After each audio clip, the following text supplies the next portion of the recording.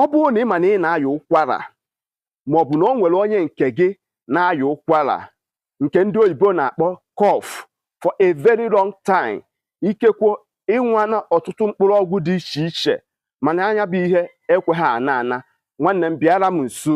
Ọ bụrụ na ị na-ege ihe ozi a, biko kaba arụ tụsa ihe ozi a, try to share this message maka ya bụ ihe ga-enyere aka wee zọọ ndụ ụmụnne anyị Igbo mụrụ nze Igbo mụrụ ọzọ. Ekene m unu. Anyị abatago n'ihe gbasakwara mgbọrọgwụ na mkpa ahịfịa. Nwanne m gee ntị na ndị Igbo si na mgbochi ọya ka mma karịa ọgwụgwọ ya, mana aghara ndụ kpaa akụ onye iro erie. Nke mbụ, all these ingredients m ji erisiri gị bụ ihe ị ga-ewetara m.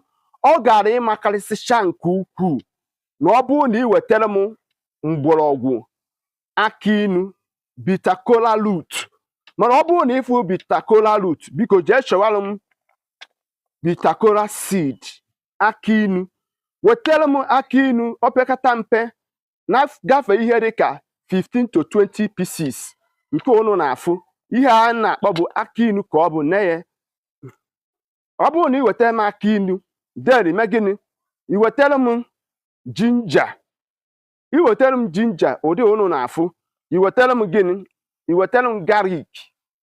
Ọ bụrụ na ị wetara m garlic, ị wetara m lime, oroma nkịrịsị, and also pure honey. Kedu ka ị ga-esi mee use of it? Nke bụ na ọ bụrụ na ị weta this ingredient m gosiri gị, ịsaa ya ọfụma, were nu sara nya, isueru nya esueru maọbụ ị blind ya nya blind ya. Ọ bụrụ na ị blind ya, ị gbara ya na komkom. Ị were gịnị? Ị were pure honey. Ị were pure honey opekata mpe na bụrụ half bottle of pure honey, original honey, mixie ya. Ọ bụrụ na ị teta ụra n'early morning, ị gbara nya 2 tablespoon. Ọ bụrụ na ọ bụ obere nwa, ị gbata ya half tablespoon nke unu na-afụ, nye ya ọnwa. Megoro m ihe ọ bụgodi opekata mpe na bụrụ 4 times in a week. Megoro nye ofu ọnwa. Ị ga-afụ na ụkwara ahụ ekweghị ọnụna, ọ ga-eri mbọmbọ.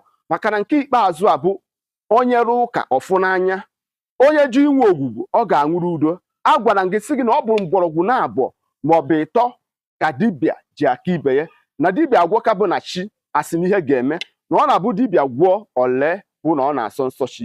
Igbo bụ Igbo, asị m ọ nụrụ karịa ibe ya. Aka mbụ nwanne gị bụ Maazị UC. Cheta na ndị Igbo kwuru sị na ọ bụrụ na ọnwụ egburu oji eji wee chụọ aja, unu nọ na emesịa ọ ga-epu ome.